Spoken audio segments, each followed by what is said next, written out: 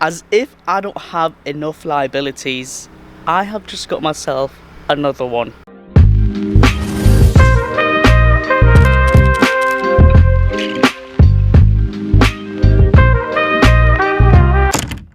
Patiently waiting for delivery. Rex? Beep beep! Ah!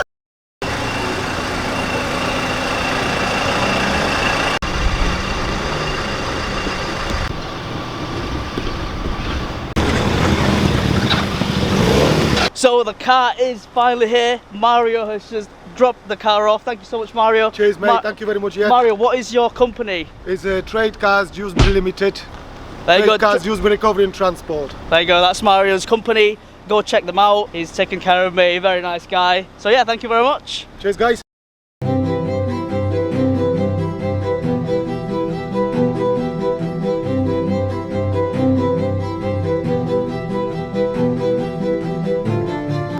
So this car is a Category S damaged car, or Cat S. A Category S car is a written off car which deemed to have structural damage, which can be put back onto the road providing that I do end up fixing it. For 1,450 compared to how much MX5 are selling right now, I think I've got myself a good bargain.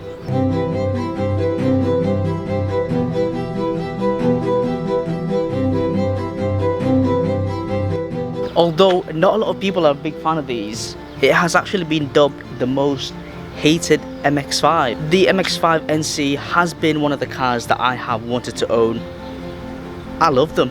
I used to have a neighbour who had two MX5s NCs in red and in perfect condition, so I guess he was one of the reasons why I fell in love with the MX5. He was also called Mark actually, so Mark, thank you. So I am taking YouTube a lot more seriously to hopefully one day it becoming my full-time job. I know I've only got 850 subscribers, so if you're watching this and you haven't already subscribed, please hit that subscribe button. It would help the channel out a lot. I read a quote somewhere, it stuck with me but I can't remember where. The quote said, if you can spend 7.5 hours a day working for somebody, why can't you spend 7.5 hours a day working for you, investing in yourself? So if you had the chance, why not take that chance, eh?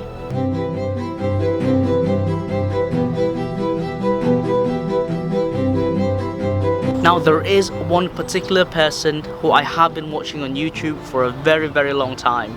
He has inspired me to take that leap. He doesn't even know who I am. He has inspired me to take YouTube more seriously and actually bid on a crash damaged car. And you probably already know who I am gonna say. His name is Matt Armstrong. And now here we are with our own crash damaged vehicle. I'm definitely not as mechanically minded as Matt Armstrong, but I do love learning and I like doing things with cars. So please stick around for this little project of mine. So I actually got this car from Copart and I put a bid on it, and I was thinking that it was going to sell for a lot higher, but I ended up being the only bidder for the car. The car has 67,186,000 miles. It runs and drives perfect. This is a 2010 Mazda MX5 Mark III or NC with a 1.8 litre engine and a soft top convertible. I did want the 2 litre and a hard top, but there wasn't any near me and the delivery would have just cost too much. So as I've mentioned, this is a Category S car with a front end damage. I don't know the full extent of the damage. I guess we'll find out when we take the bumper off. The driver's side and the passenger side airbags have also blown as expected of a front end damage, so we are gonna need to replace that. The passenger airbag has also blown through the windscreen. So there you go, a little lovely crack. Would you love a bit of crack? The car did come with 2 keys, but there is no V5, but I'll take the 2 keys any day. I looked around and I think you can just apply for a V5. We'll have a little snoop of what is in the dashboard. It is pretty mucky in here. Let's see what we got here. Oh, little light bulb. Oh my god, what the hell is this? Dead demons. Motor snimmer. Just a charger. And some other shit in here as well. Some more light bulb stuff. What's that? Right. Don't know what this is. I think that's some more car parts. All the other stuff. Oh, we got free tools. Lovely. Both of the seat belts, the passenger and the driver's side, are also locked. This one's in a resting position, so I guess when they crashed they didn't have a passenger. But the worrying thing is the driver's side seat belt was also in the resting position. So does that tell us that the driver was not wearing a seat belt when they crashed? Or I guess somebody could have bumped into the car when it was parked. Who knows, we will never know. I did have to cut the seat belt because I couldn't move the seat forward. As you probably already know, we are not gifted on the height side. So yeah, I had to cut the seat belt to obviously move the seat forward. We've also got a bit of DIYing going on here. So this has literally just been screwed. Bruh. Screwed, boy. So these cars, I've heard, are very prone to rusting. So we are gonna have a look at the boot, and I'm hoping there isn't a lot of rusting.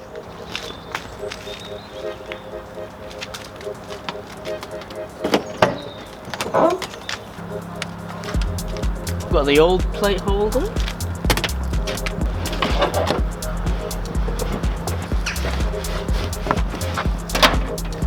I don't think it's that bad. You can see that they have actually painted to probably stop all the rusting. And I've just taken the carpet off because it was a little bit moist and I didn't want it to obviously cause more rusting. The convertible roof is in a pretty good condition, I would say, apart from there's a cigarette burn on this side. But all in all, it's in a pretty good condition. I haven't actually put this down because I don't know how to, but we'll have a go.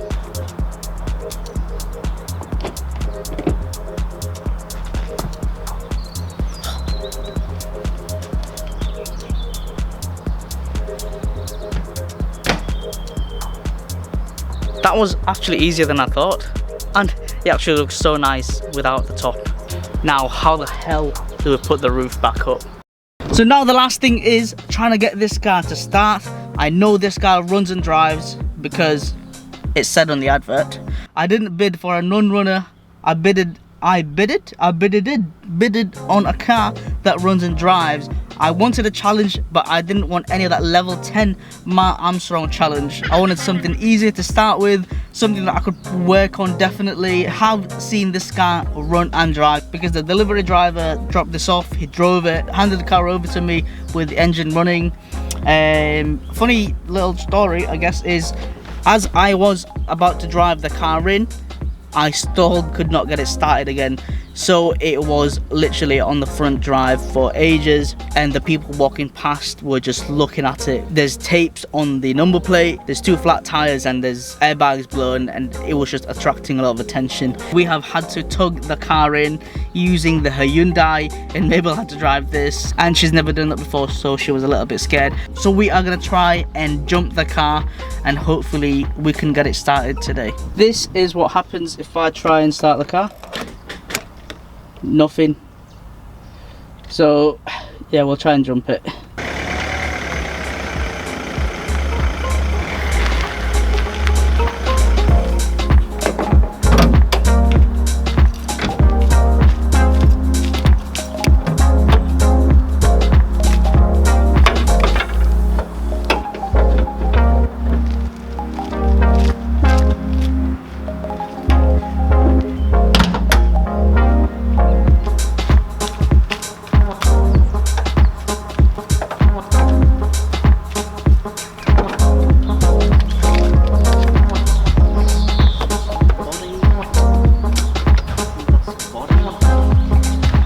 Black on black, or is it red and then black?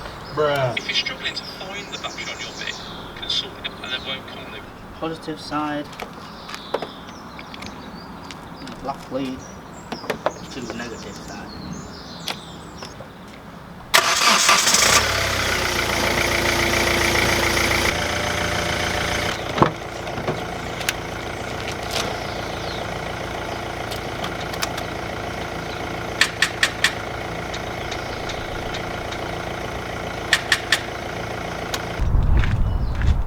try and move this to maybe here. Hopefully that's a better earth compared to that one over there, so hopefully that works now.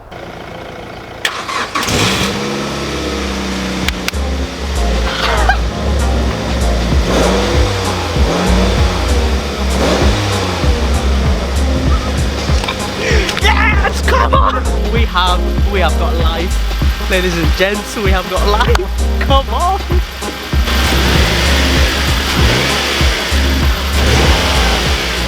She sounds absolutely beautiful. I mean, the accelerator is a bit sticky, but we'll make do with that. So this is going to be the first time me driving the MX5, and hopefully we don't stall it this time.